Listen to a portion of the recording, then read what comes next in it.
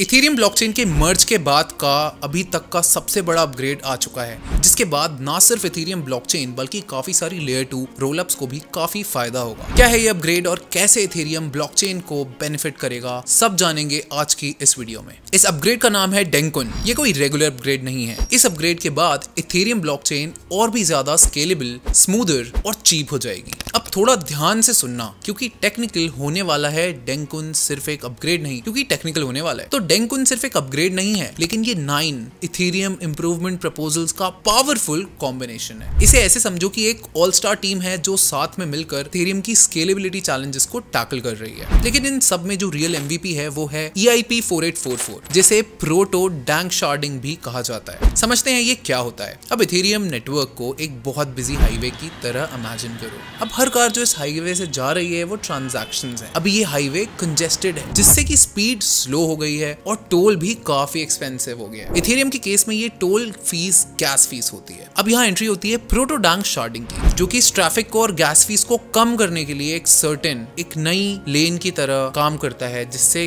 कि ट्रांजैक्शंस और फास्ट हो जाए। ये ट्रांजैक्शंस मेनली लेयर 2 ट्रांजैक्शंस होते हैं। अब लेयर 2 ट्रांजैक्शंस क्या होते हैं ये भी देख लेते हैं। अब मान लो ये लेयर 2 नेटवर्क्स हाईवेज हैं कि मेन इथेरियम हाईवे के ऊपर बने हुए हैं, जो कि ट्रांजैक्शंस को ऑफ चेन प्रोसेस करते हैं और फिर उनका बंडल बनाकर वापस से मेन हाईवे पर फाइनल सेटलमेंट के लिए भेज देते हैं, जिससे कि मेन इथेरियम नेटवर्क पर चीजें चलती रहें। Proto danksharding temporary storage introduce करता है, जिन्हें डेटा ब्लॉब्स कहते हैं। By introducing temporary storage called data blobs, Dencun allows layer 2 transactions to submit their data to the mainnet more efficiently. It's like creating a dedicated express lane for these bundled transactions, freeing up space on the main highway and potentially lowering gas fees for everyone. अब देखते हैं कि डेंकुन upgrade से Ethereum पर क्या effect होगा। अब Dencun upgrade का इम्पैक्ट इंस्टेंटेनियस नहीं होगा, but potential benefits are huge. Let's see कि क्या-क्या हो सकता है। Reduced gas fees. By taking the load off the mainnet, Dencun could significantly lower gas fees for layer 2 transactions. This would make DeFi, NFTs and other applications on Ethereum